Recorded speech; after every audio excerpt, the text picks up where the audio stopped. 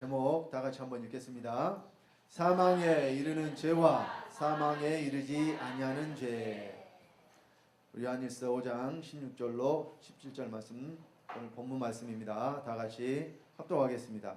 누구든지 형제가 사망에 이르지 아니한 죄 범하는 것을 보거든 구하라. 그러면 사망에 이르지 아니하는 범죄자들을 위하여 저에게 생명을 주시리라. 사망에 이르는 죄가 있으니 이에 대하여 나는 구하라 하지 않노라. 모든 불의가 죄로 돼 사망에 이르지 아니하는 죄도 있도다. 아멘. 자, 죄가 있는데 이 죄가 사망에 이르는 죄가 있고 사망에 이르지 아니하는 죄가 있다 그래요. 자, 그런데 사망에 이르지 아니하는 죄는 생명을 주신다고 말씀을 하고 있습니다. 자, 그러면 여러분들이 죄를 골라서 지으면 되겠죠.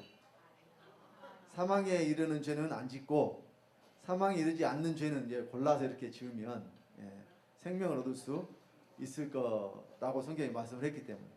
근데 여러분, 죄라는 것이 골라서 지을 수가 있는 것이 아니죠. 그래서요, 왜 성경은 사망에 이르는 죄가 있고 사망에 이르지 않는 죄가 있다고 말씀을 하고 있는가? 그런데 또 이 사망에 이르지 아니하는 죄는 그들을 위해서 생명을 주신다고 또 말씀을 하고 있는가? 왜 성경이 이렇게 말씀하고 있는가를 아시면 여러분들이 생명을 얻고 그 생명으로 말미암아 여러분들 하나님들 되어서 이 땅에서도 하나님으로서 누리고 살 수가 있어요. 여러분, 이 세상에서도 이 많이 가진 사람들은 많이 누리고 살잖아요. 근데 이 세상에서는 인생이 70이요 강건하면 80이라고 했잖아요. 아무리 돈이 많아도 한 7, 80년 누리고 살다 죽으면 그만인가요? 죽으면 이제 영원한 세계가 기다리고 있는데 그 영원한 세계에서는 이 세상에 있는 것을 하나도 가지고 갈 수가 없다는 것입니다. 그 세계에 갈 때 가지고 갈 수 있는 것이 오직 우리가 하나님 아버지께로부터 받은 것만 가지고 갈 수 있다고 성경이 말씀을 하고 있습니다. 그래서 그 영원한 세계에서는 뭘 가지고 누리고 사느냐? 여러분들이 아버지께로부터 받은 것만 가지고 누리고 살 수 있는 줄 믿으시기 바랍니다. 그래서 지금 여기서 될 수 있으면 많이 받으시기 바랍니다. 우리 아버지가 주시는 것을. 그러니까 아버지가 주실 때요, 아버지가 무엇이 없어서 그냥 조금씩 이렇게 주시는 분이 아닙니다. 여러분, 이제 과거에 우리 자랄 때만 해도 이제 그 북한의 실상이라든가 뭐 이런 거 많이 막 이렇게 학교에서도 가르치고 다큐멘터리 같은 거 많이 나오고 그래요. 근데 거기서 이제 배급을 해주잖아요. 배급. 그 배급이라는 것이 막 풍족하게만 넘쳐나게 줘요.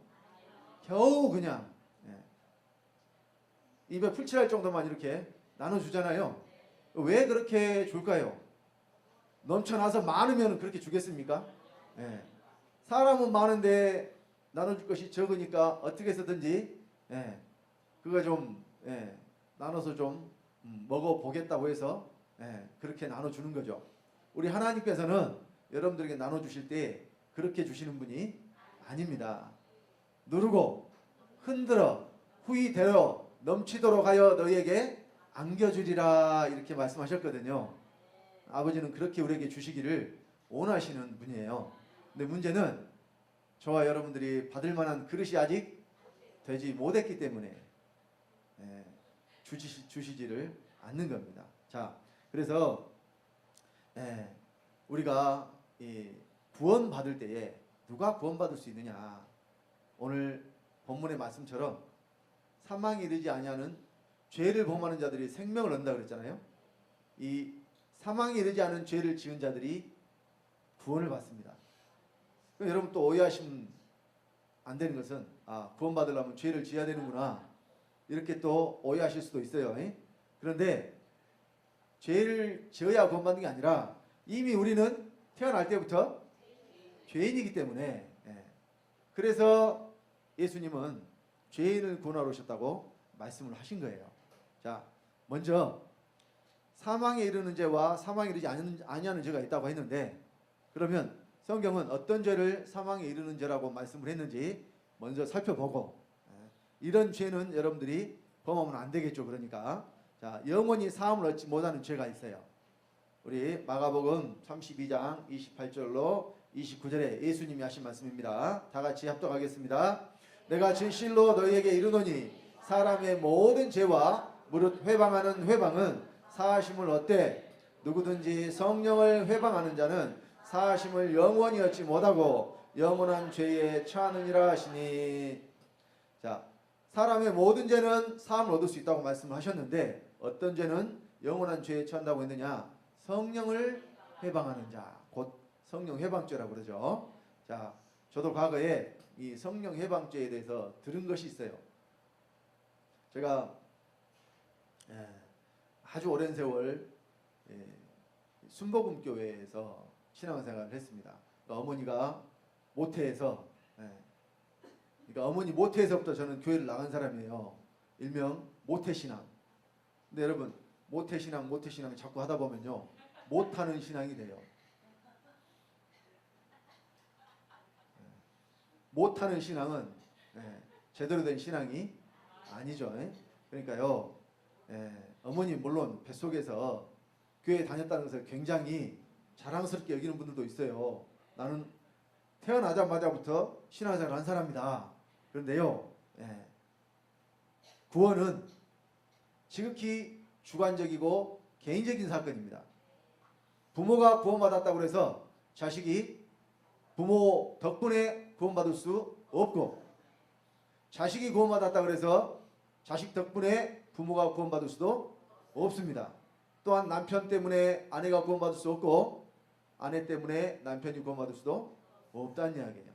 다 여러분 한 사람 한 사람이 아버지의 생명을 받아야 구원을 받을 수가 있습니다. 자, 그래서 제가 다녔던 그 순복음교회는요, 성령 운동을 굉장히 열심히 하는 그런 교단입니다.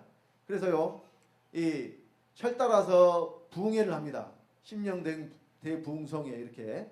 그래서요, 그때마다 아주 유명한 부흥 강사들이 와가지고 부흥회를 하면서 이제 주로 그때 뭘 하느냐, 성령 세례 받게 해준다고 하면서 방언을 막 이렇게 은사로 받게 만들어요. 그래서 이제 제가 신앙생활을 했던 그 교회에서는 방언하는 사람들이 굉장히 많았습니다.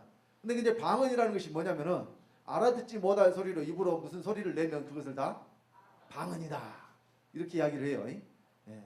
그래서요, 방언으로 막 기도를 하는데 누가 시끄러우니까 좀 조용히 좀 하시오, 예를 들면 방언을 하고 있는데 그랬다. 그러면 당장 뭐라고 그래요? 성령 해방죄를 짓고 있다고 이렇게 이야기를 해요. 방언을 하는 것을 못하게 하면 그것이 뭐라고요? 이렇게 이야기를 합니다. 여러분, 성령 해방죄가 그것이 아닙니다. 성경을 모르니까 그러는 거예요. 여러분, 사도 바울이요, 성령 은사에 대해서 이야기하면서 고린도전서 12장부터 이제 성령 은사에 대해서 쭉 나오는데, 고린도전서 14장에 보면은 방언을 하려면 반드시 방언 통역을 하라 그랬고, 그렇게 안 하려면은 교회에서는 하지 마라 그랬어요. 성경대로 뭔가 알고 말을 해야지. 무조건 자기가 방언하는데 방언 못하겠다고 성령 해방죄라고 하면 된대요. 영원히 사함받지 못한 죄인데. 여기 성령 해방죄는요, 성령이 곧 아버지의 생명이죠.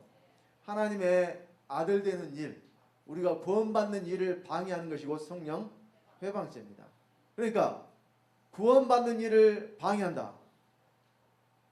자기도 천국에 안 들어가고 들어가려고 하는 자도 총문을 닫아놓고 못 들어오게 하는 것, 이런 죄가 바로 성령 해방죄입니다. 성경에 그런 죄를 지은 자들이 있었어요. 좀 이따가 우리가 말씀을 통해서 살펴보도록 하겠습니다. 자, 그래서 이 성령 회방죄는 하나님을 제대로 알지 못하도록 막아버리는 그런 일을 하는 자들에게 해당되는 죄고, 또 예수님이 말씀하시기를 죄가 뭐가 죄냐? 요한복음 10장 9절에 죄에 대하여라면 저희가 나를 믿지 아니함이로. 그래서 예수 그리스도를 믿지 않는 것이 죄라고 그랬습니다. 마찬가지로 이 예수 그리스도를 믿지 않는 죄도 구원을 받을 수가 없습니다. 오늘날 많은 기독교인들이 예수를 다 믿는다고 하잖아요. 근데 문제는 성경대로 예수를 믿지 않는다는 거예요.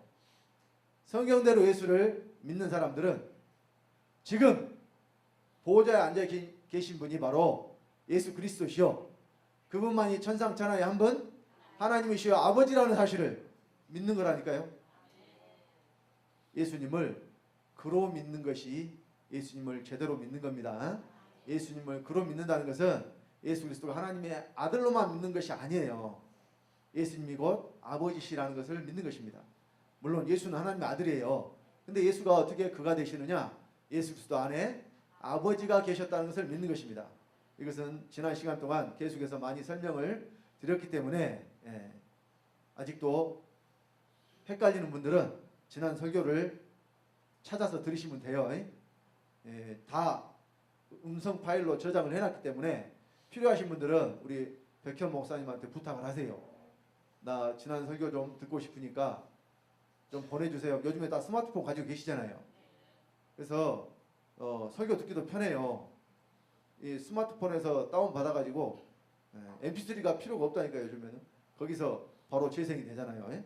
그래서 믿음은 들음에서 나며 들음은 그리스도의 말씀으로 말미암느니라 그랬기 때문에 여러분들이 하나님을 알고 믿어야 그 믿음이 실제가 될 수 있습니다. 모르는 것은 믿을 수가 없어요. 또 모르는 것을 잘못 믿어도 그것은 망하는 길입니다. 내 백성이 지식이 없어서 망한다 그랬잖아요. 반드시 성경대로 하나님의 말씀하신 대로 알고 믿으시기 바랍니다. 자, 그리고 또 영원히 사함을 얻지 못하는 죄에 대해서 성경은 이렇게 말씀을 합니다.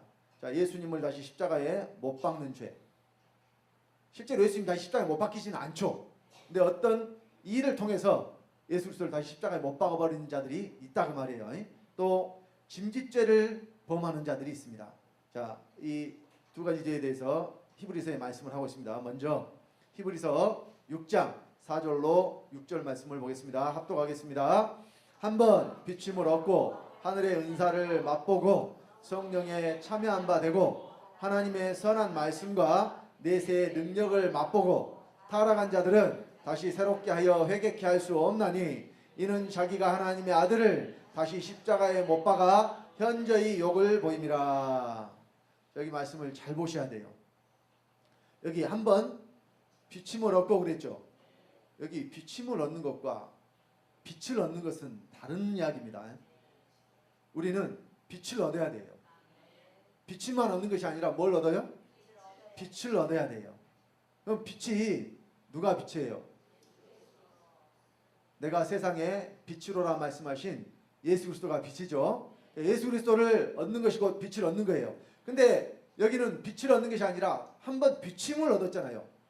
그러니까 비침을 얻었다는 것은 빛이 잠깐 비쳤다가 지나가 버린 걸 말해요. 자, 또 하늘의 은사를 얻은 것이 아니라 어떻게 했어요? 맛봤어요. 맛보는 것.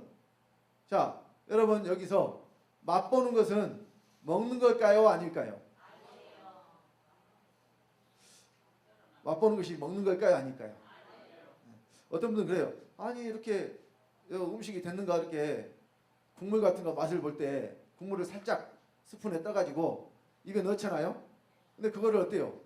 먹잖아요. 조금 먹지만은 먹기는 먹어요. 그럼 어떤 분들은 그래. 아니 맛볼 때 먹는 것 같은데 이렇게 생각할 수 있지만 성경이 말하는 여기서 맛보는 것은 말 그대로 맛만 보는 거예요. 속에 들어가는 것이 없는 사람입니다. 자, 여러분 직업 중에요. 맛보는 직업이 있어요. 그 사람은 출근해가지고 하루 종일 뭐만 하느냐? 맛만 봐요. 그런데 자, 이 사람들은 미각이 아주 중요한 역할을 해요. 만약에 그 미각을 잃어버리면 자기 일을 더 이상 할 수가 없잖아요. 그러니까 아무거나 먹지도 않고 또 철저하게 관리를 해야 되는 직업 중에 하나입니다. 근데요, 그 사람들이 자, 술맛을 보는 사람이 있어요. 술맛. 그러면 이 발효되는 그 단계에 따라서 술맛이 다르겠죠. 또 새로운 술을 개발을 하려면은 어떤 예를 들어서 첨가물이 있으면은 이것을 넣었을 때 맛, 또 다른 것을 넣었을 때 맛, 이런 맛들을 어때요?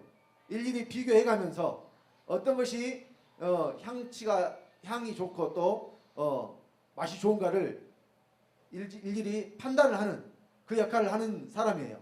그런데 예를 들어서 술 맛을 보는데 조금씩 이 맛을 따라서 맛을 보지만 그거 따라서 먹을 때마다 계속 먹는다고 해봅시다. 날마다 하는 일이 그건데 계속해서 그 술을 먹는다고 해봅시다. 그럼 어떻게 될까요? 좀 지나면 아마 점심때 되기 전에 아마 취할 것 같아요. 그러면 그 사람이 계속해서 일을 하겠어요? 못하겠어요? 절대 일을 할 수가 없죠. 그래서 그 맛을 보는 일을 하는 사람들은요, 한 가지의 맛을 봤으면 그거를 입에 맛만 느끼고 어떻게 하냐, 다시 뱉어요. 그리고 또 헹굽니다. 왜냐하면 그 전에 먹었던 것이 입에 남아있으면 다른 것의 맛을 제대로 느낄 수가 없으니까 입을 개운하게 헹궈 내고 또 다음 것을 맛을 봅니다. 이런 식으로 해서 하루 종일 맛을 보지만 그 사람이 그것을 삼키지는 않는다는 이야기예요. 이것이 바로 맛보는 거예요. 그러니까 맛보는 것은 말 그대로 무슨 맛인 줄은 알아요. 근데 그것이 실제로 내 안에 들어와서 내 것이 되지는 않는다는 이야기예요. 이런 사람들이 바로 하늘의 은사를 맛본 사람들이에요. 또 성령에 참여한 바 되고 하나님의 사람 말씀과 내세의 능력을 또 맛보죠. 그러니까 말씀을 잘 들으셔야 돼요. 이렇게 맛만 본 자들은, 이렇게 맛만 보고 타락한 자들은 어떻게 해요? 다시 새롭게 하여 회개케 할 수 없다니까요. 그러니까 교회에 와가지고 아이고 뭐 이것도 뭐 별거 없네, 맛만 보니까 실제가 돼서 들어온 것이 아니니까 별것이 없네 하고 말씀을 듣고도 돌아가 버리는 사람들이 있어요. 이런 사람들은 어떻게 해요? 다시 새롭게 회개케 할 수도 없고, 그들이 지은 죄가 뭐냐면 예수님을 십자가에 못 박아서, 다시 십자가에 못 박아서, 예수님이 또 십자가에 못 박아 돌아가실 필요가 없는데 또 십자가에 못 박아서 현재 욕을 보이는 자들이란 이야기예요. 자, 또 히브리서 10장 26절로 29절에 자, 여기 말씀도 중요하니까 우리가 한번 읽고 먼저 합독하겠습니다. 우리가 진리를 아는 지식을 받은 후 짐짓죄를 범한 즉 다시 속지 않은 제사가 없고 오직 무서운 마음으로 심판을 기다리는 것과 대적하는 자를 소멸할 맹렬한 불만 있으리라. 모세의 법을 폐한 자도 두세 증인을 인하여 불쌍히 여김을 받지 못하고 죽었거든. 하물며 하나님 아들을 밟고 자기를 거룩하게 한 언약의 피를 부정한 것으로 여기고 은혜의 성령을 욕되게 하는 자의 당연히 받을 형벌이 얼마나 더 중하겠느냐 너희는 생각하라. 자, 여기 짐짓죄를 범한 즉 다시 속지 않은 제사가 없고 그랬잖아요. 이 짐짓죄가 뭐냐? 많은 분들이 짐짓죄에 대해서 오해하는 경우가 있어요. 그 짐짓, 그러니까 뭔가를 알고 하는 것. 그럼 여러분, 짐짓죄 그러면은 알고 지은 죄, 이렇게 해석을 하는 사람이 있었어요. 유명한 사람이. 그러면 여러분, 죄 지을 때 모르고 죄 짓나요? 죄를 짓는데 이것이 죄인 줄 모르고 죄 지어요? 그럴 수도 있기는 한데 대부분은 알아요. 왜냐하면 속에서, 예를 들어서 우선 뭔가 위기를 모면하기 위해서 거짓을 말하려고 하잖아요. 내가 거짓을 말하려고 할 때, 이 거짓을 말할 때 그 거짓말을 하는 것이 지금 죄라는 것을 알아요, 몰라요? 몰라요? 거짓말쟁이의 아비가 누구예요? 마귀잖아요. 그 거짓말은 누구로부터 나왔어요? 마귀로부터 나왔잖아요. 마귀가 여자를 유혹할 때도 뭘로 유혹했어요? 여자를 유혹할 때 뭘로 유혹했어요? 마귀가 한 말이 참말이에요, 거짓말이에요? 자, 선악을 알게 나무의 휴가를 먹는 날에는 하나님께서는 네가 정녕 죽으리라고 했잖아요. 그런데 마귀는 뭐라고 여자를 유혹했어요? 네가 이것을 먹으면 네 눈이 밝아져서 하나님 된다고 그랬잖아요. 그게 참말이에요, 거짓말이에요? 그 거짓말에 속아서 서로가 따먹은 거예요. 눈이 밝아졌어요, 눈이 썩어버렸어요? 눈이 밝아버린 게 아니라 그때 눈이 썩어버렸어요. 눈이 썩었다니까. 육신의 것이 썩어버린 것이 아니라 볼 수 없게 되어버렸다니까요. 그러니까 예수님이 뭐하러 오셨느냐? 소경에 눈을 뜨게 하려 오셨단 말입니다. 그래서요, 이 거짓말은 마귀로부터 나온 거예요. 그러니까 여러분들이 거짓말 할 때, 어렸을 때 예를 들어서 시험 보고 났는데 성적을 형편없이 받았어요. 그러면 이제 때가 되면 성적표가 나와야 되잖아요. 근데 엄마가 성적표 아직 안 나왔냐? 물어보는데 내놓을 수가 없잖아요. 그러면 나왔다 그래 안 나왔다 그래요? 지 가방 속에 있는데 안 나왔다 그러잖아요. 그래서 나중에 몰래 부모님 도장 찍어오라 그러니까 도장 찍어가지고 그냥 갖다 내버리잖아요. 병목사도 해봤단 소리요. 저도 해봤어요. 그러니까 예. 그때 물어봤을 때 안 나왔다고 말할 때 속 마음이 평안해요. 그냥 속에서 막 그냥 막 불안불안하고 막 심장이 막 쿵쾅쿵쾅 뛰어요. 그거 왜? 뭐 때문에 그래요? 그래, 거짓말하는 것이 지금 잘못됐다는 것을 내가 알고 있기 때문에 여러분들 속에 그런 반응이 있는 거예요. 그러면 이건 알고 지은 죄니까 이건 진집죄네? 진집죄라는 것이 그런 죄를 말하는 것이 아닙니다. 자, 그래서 여기 히브리서 기자가 자, 이 짐짓죄를 말하면서 어떤 이야기를 했느냐? 모세의 법을 폐한 자, 이 모세의 법을 폐한 자가 두세 증인을 인하여 죽었다. 이 이야기를 했어요. 그럼 이 이야기가 상관이 있을까요? 없을까요?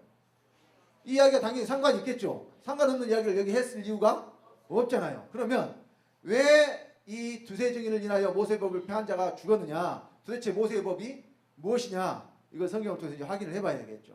우리 신명기 17장으로 가겠습니다. 신명기 17장 2절부터 보겠습니다.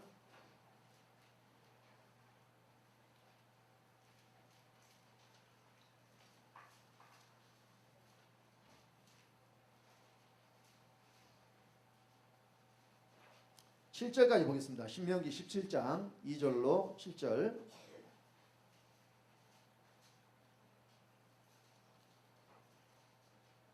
다 같이 합독하겠습니다. 내 하나님 여호와께서 내게 주시는 어느 성 중에서든지 너희 가운데 혹시 어떤 남자나 여자가 내 하나님 여호와의 목전에 악을 행하여 그 언약을 어기고 가서 다른 신들을 섬겨 그것에게 절하며 내가 명하지 아니한 이로의 성신에게 절한다 하자.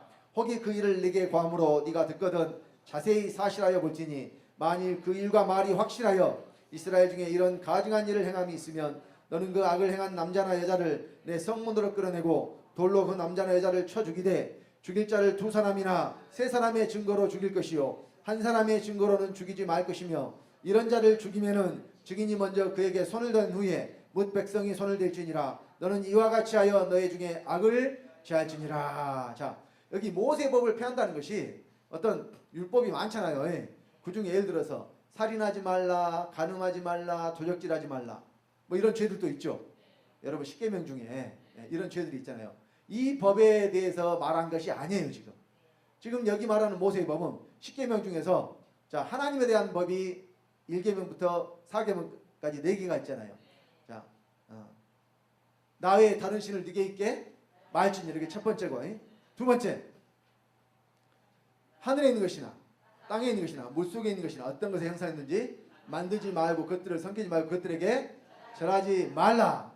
세 번째, 내 여호와의 이름을 망령되이 일컫지 말라. 네 번째, 안식일을 기억하여 거룩히 지키라. 하나님에 대한 계명. 지금 이 언약을 파한 자들에 대해서 만약에 그것이 두세 사람의 증거가 있다면 한 사람으로는 하지 말고요. 왜냐하면 한 사람만 이야기하면 모함해서 그렇게 될 수도 있잖아요. 요즘에 무고죄가 또 굉장히 많이 뉴스에 나오잖아요. 그러니까 한 사람이 죄 없는 사람을 모함해가지고 죄를 만들어 볼 수도 있기 때문에, 그래서 그런 것을 방지하기 위해서 한 사람의 말만 가지고는 그것을 처리하지 말고 증인이 두세 사람은 있어야 그것이 또한 확실한 증거가 된다면, 또 여기 다른 신을 섬겼던 증거가 그들에게 있다면 그들은 돌로 쳐 죽이라고 율법에 말씀을 하고 있습니다. 자, 이것이 바로 짐짓죄예요. 짐짓죄. 그러니까 하나님을 섬기지 아니하고 다른 신을 섬기는 죄를 범하는 자들, 이것이 바로 짐짓죄입니다. 그러니까 여러분, 어느 종교든지 자기가 믿는 신이 최고라고 그러잖아요. 근데요, 여러분 한번 참 보세요. 우리 나라에 있는 들어온 종교들, 이게 대표적으로 우리나라 이제 불교가 많죠. 그러면 그 불교 뭐 우리도 산에 가면은 사실 그게 고려시대 때 불교가 아주 굉장히 융성했어요. 그래서 임금의 스승도 다 충들이 했어요. 그러니까 역사에 보면은 유명한 충들이 고려시대 때 많아요. 근데 조선시대로 넘어오면서 유교를 숭상하는 그런 국가가 되어버렸잖아요. 그래서 나라의 정책이 억불숭유가 됐어요. 불교를 억압하고 유교를 숭배하는 그런 정책이 되다 보니까 충들이 이제 논밭 다 뺏겨버리고 목숨을 부지하기 위해서 아주 깊은 산골로 다 들어가 버립니다. 그래서 지금 우리나라 유명한 산에는 다 무엇이 있어요? 다 절이 있어요. 물론 이제 그 오래전에 고려시대 때 세운 절도 있지만은 대부분 그래서 절들이 산에 있는 이유입니다. 그러니까 이제 좀 있으면 이제 가을이고 단풍철인데 사람들이 산으로 막 몰려가겠죠. 그러면 거기 이제 구경하기 싫어도 돈을 내야 돼요. 그 들어가려면 문화재 관람료라고 해서 저는 그 돈이 제일 아까워요, 사실은. 근데요, 일단 돈을 냈으니까 어떻게 생겼는가 구경 한번 하자고 가서 봤거든요. 가서 뭐가 있어요? 나무로 깎아놓은 어떤 형상이 있든지 또는 주물로 부어서 만들어 놓은 어떤 형상이 있든지 아무튼 사람이 만들어 놓은 어떤 형상이 가운데 딱 자리를 잡고 앉아 있는데 그 앞에 사람들이 가서 어때요? 고개를 조아리고 절을 하고 그러죠. 그런 것에 무슨 생명이 있다고, 그런 것들이 무슨 신이라고 거기서 절을 하는지 참 제가 생각했을 땐 그래요. 그것들이 저절로 생겨서 거기에 자리를 잡고 앉아 있나요? 그 만든 사람 있잖아요. 만든 사람. 누가 됐든지 간에 나무를 깎아서 만들었든지 주물로 부어서 만들었든지 누구든지 만든 사람이 있는데 제가 생각했을 때는 그 만든 사람이 더 위대한 사람일 거예요. 신을 만들었으니까. 아닌가요? 그러면 차라리 섬기려면 그런 사람들을 거기 자리에다 모셔놓고 섬기는 것이 맞을 것 같아요. 그런데 아무 생명이 없는 그런 것들을 앉혀놓고 거기다 절하고 그것들에게 복주라고 지금 빌고 있잖아요. 이것이 바로 형상을 만들어 놓고 섬기는 죄, 짐짓죄입니다. 짐짓죄.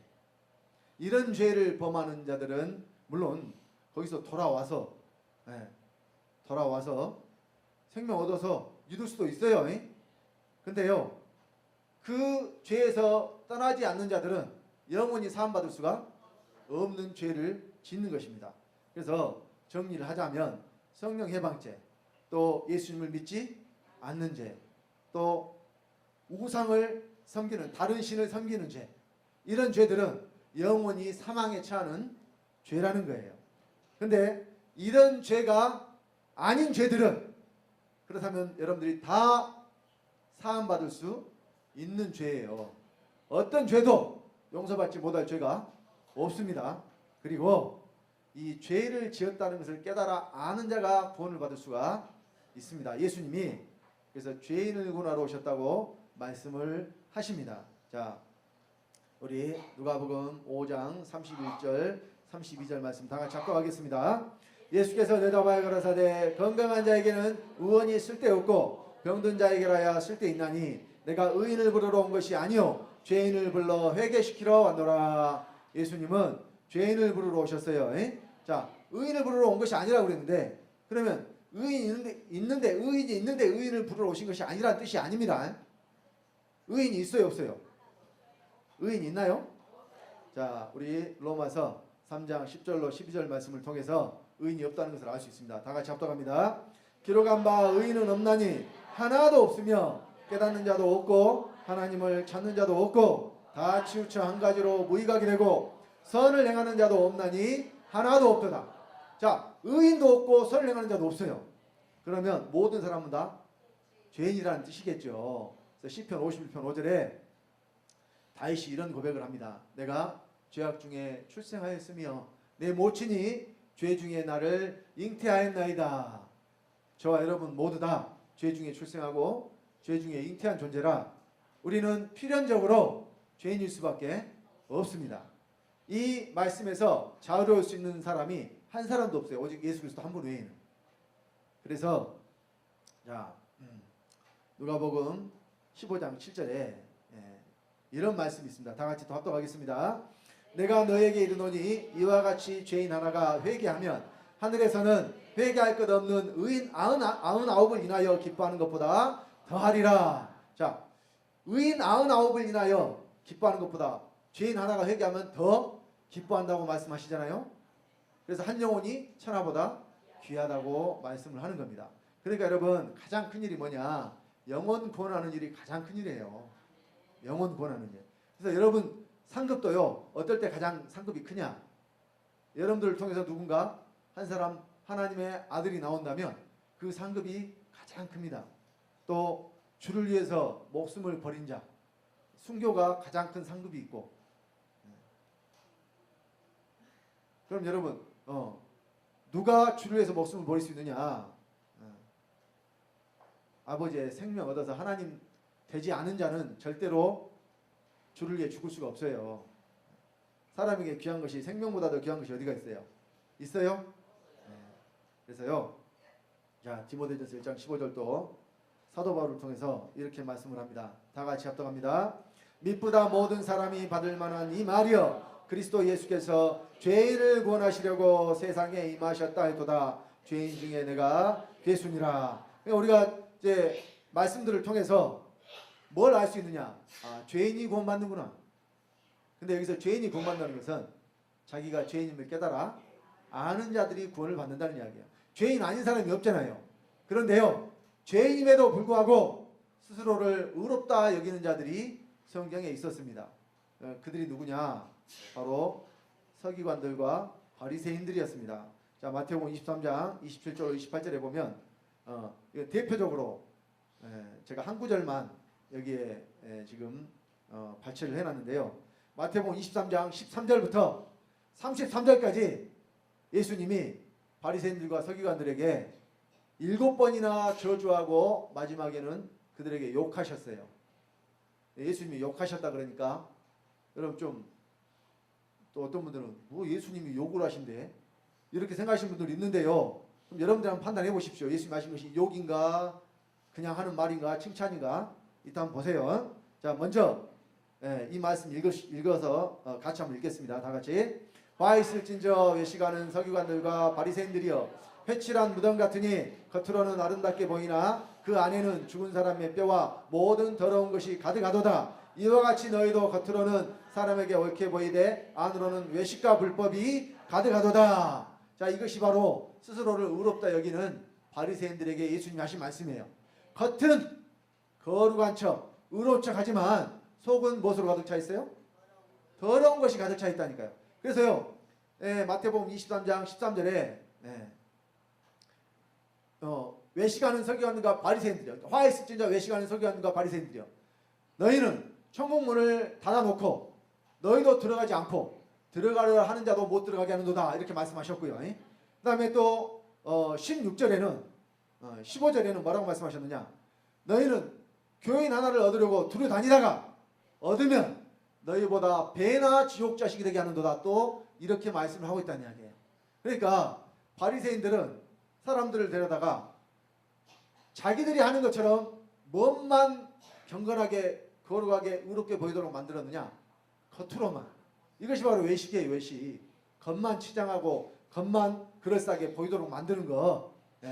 이 바리새인들에게는 구원이 없는 것입니다. 그래서 마태복음 23장 33절에 예수님이 이렇게 말씀하셨어요.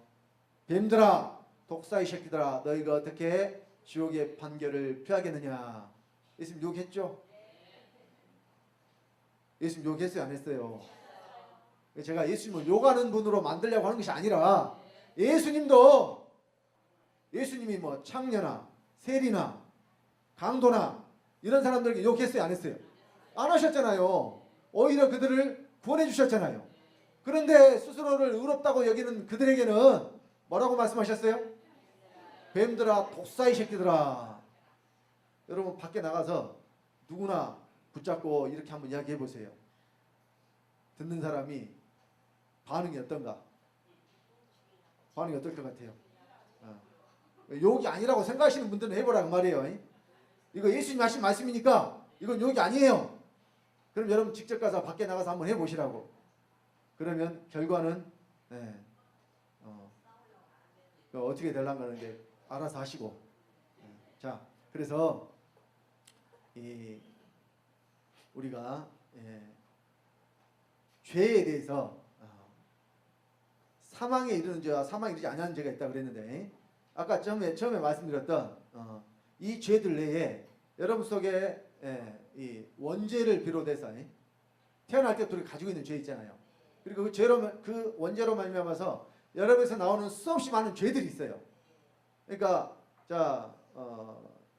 이 죄들에 대해서 말해놓은 구절 우리 한 군데만 봅시다. 여러 군데 있지만 로마서 1장 28절로 32절까지 한번 보겠습니다. 로마서 1장 28절로 32절입니다.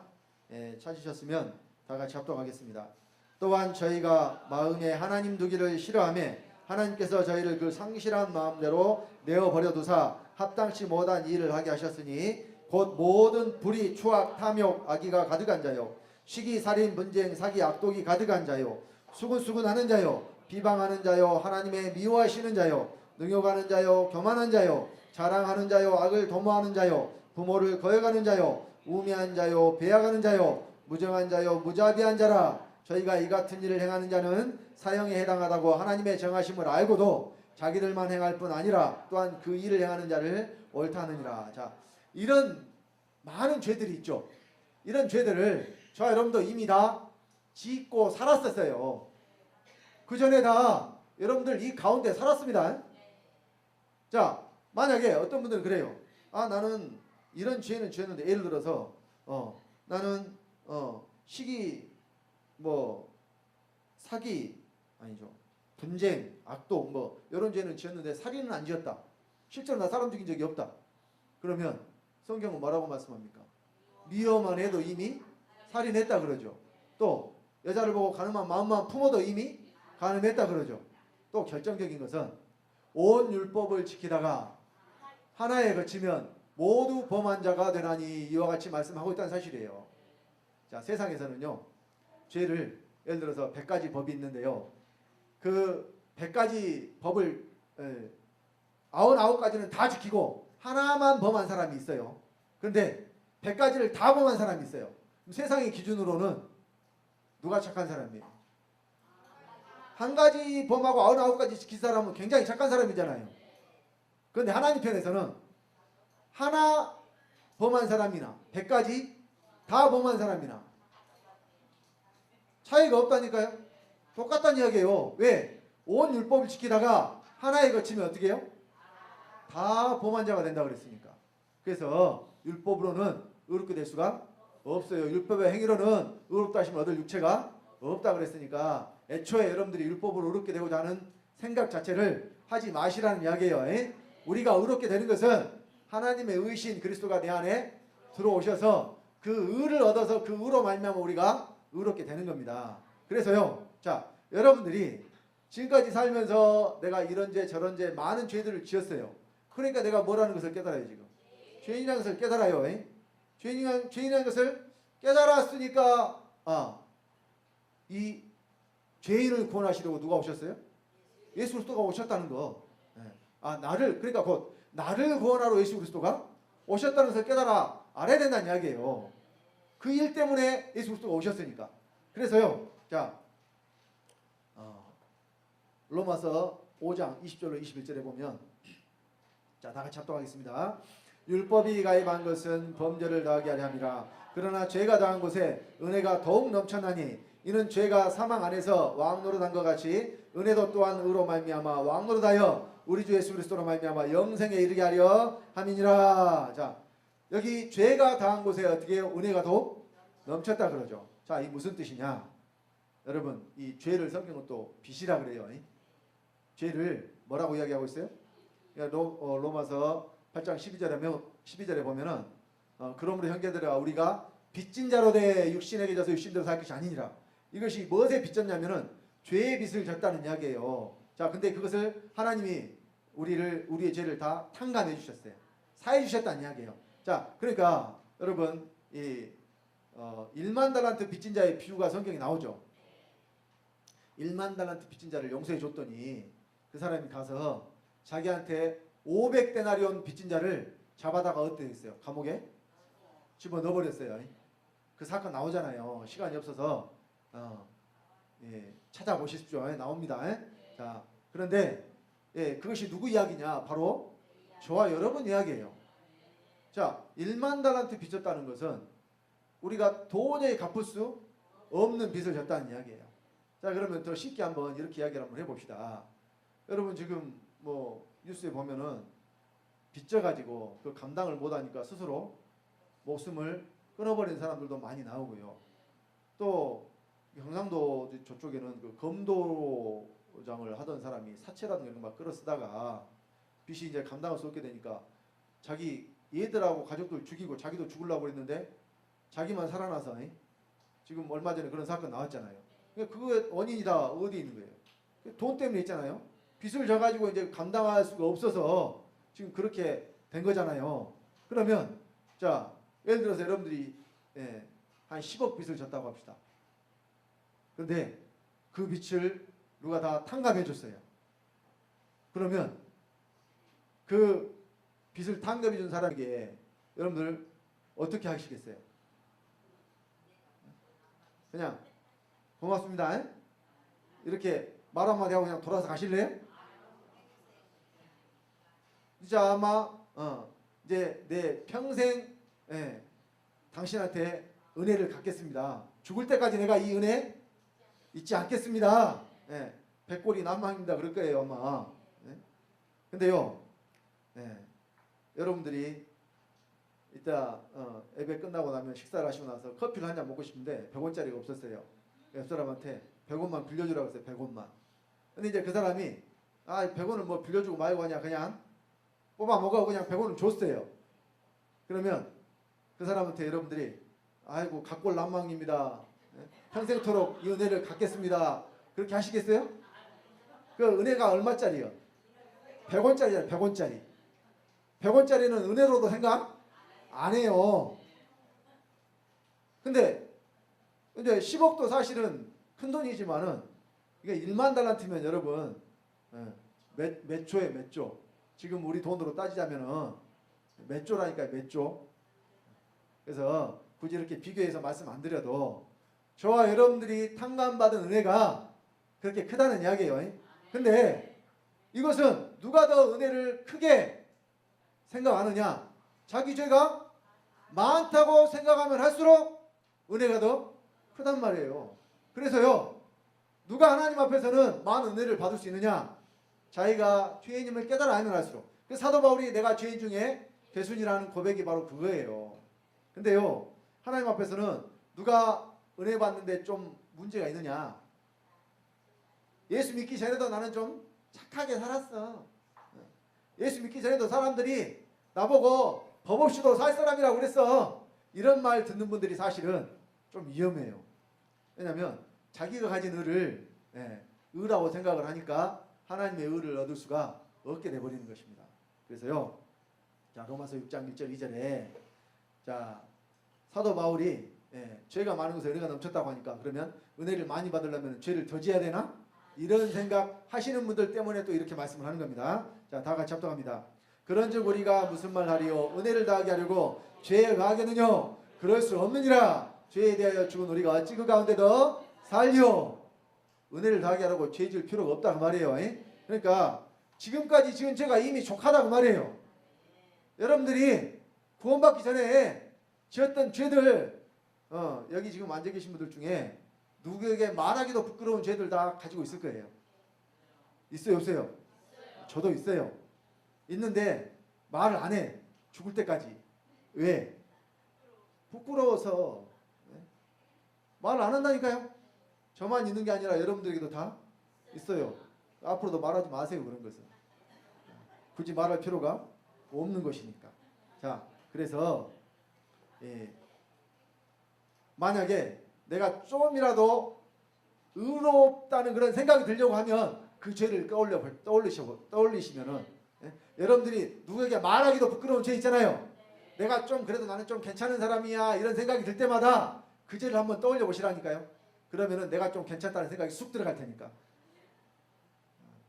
각자 그것은 가지고 있는 걸 가지고 내가 의롭지 않다는 것, 죄인이라는 것을 깨달아 알면 알수록 은혜가 넘칠 수 있습니다.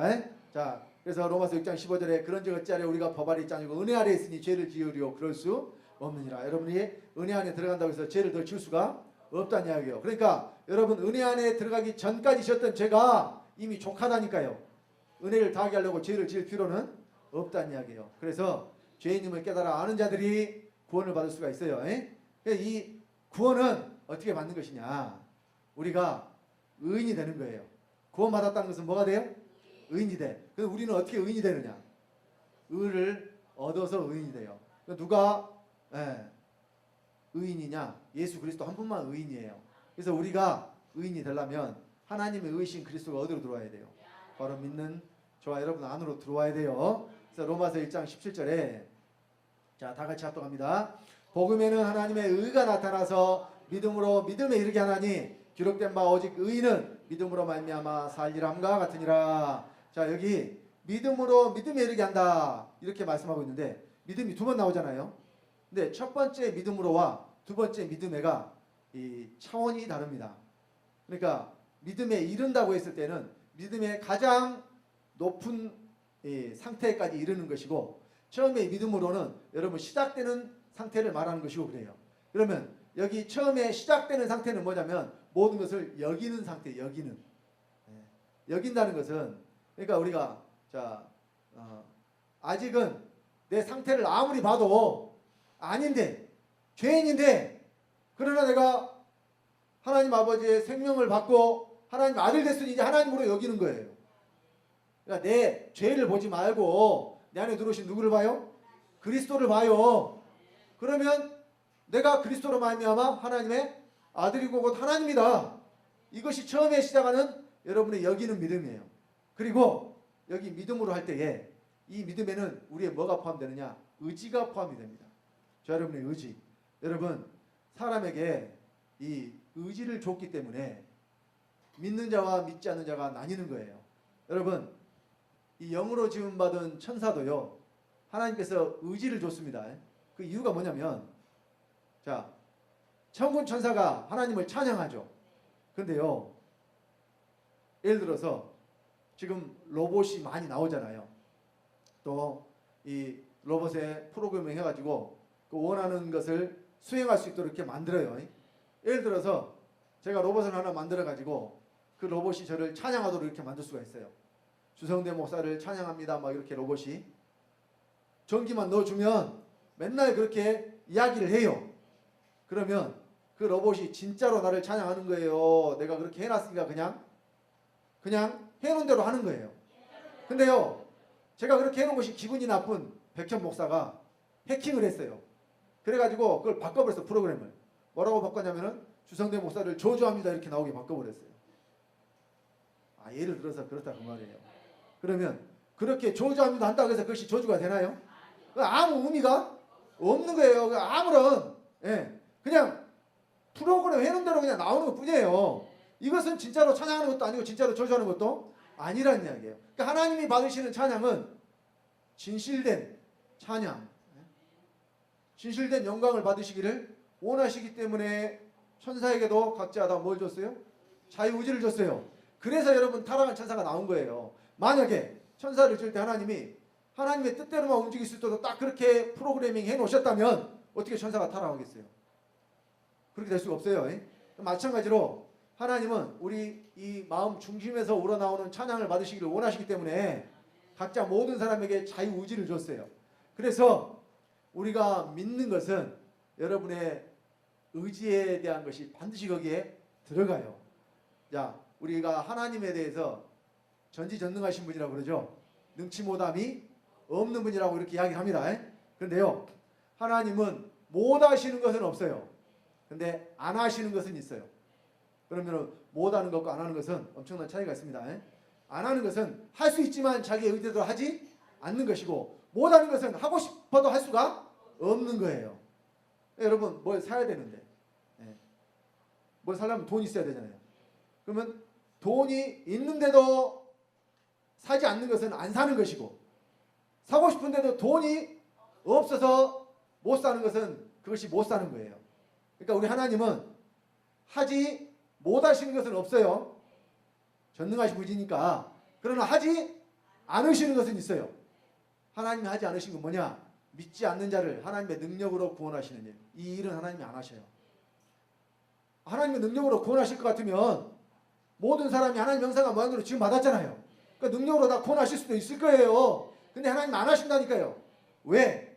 오직 우리 믿음으로 우리가 구원 받아야 되니까.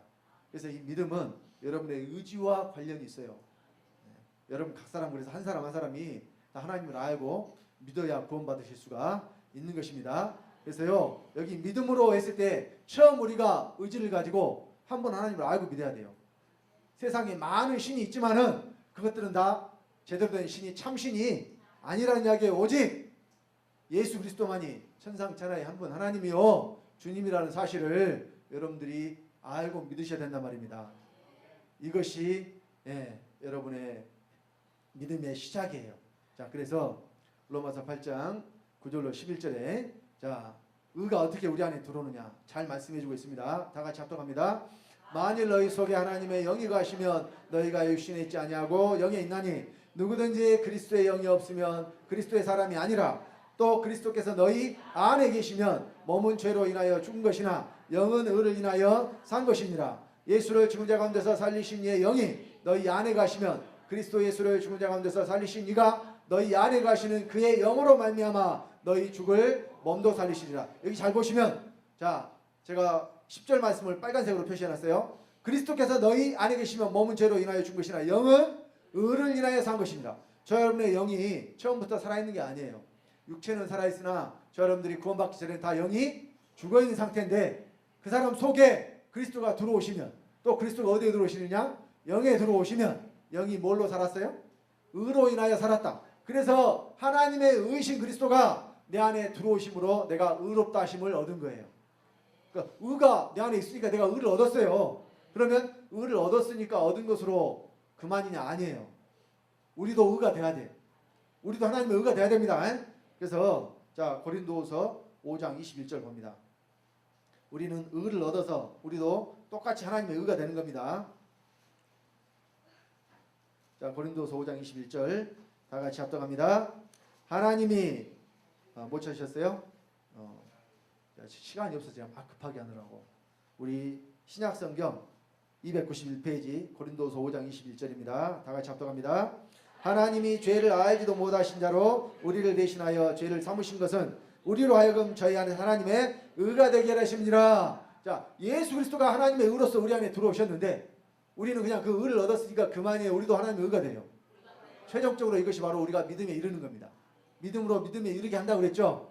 자, 하나님의 복음에는 하나님의 의가 나타나서 믿음으로 믿음에 이르게 하나니 그 나타나신 하나님의 의가 바로 그리스도요.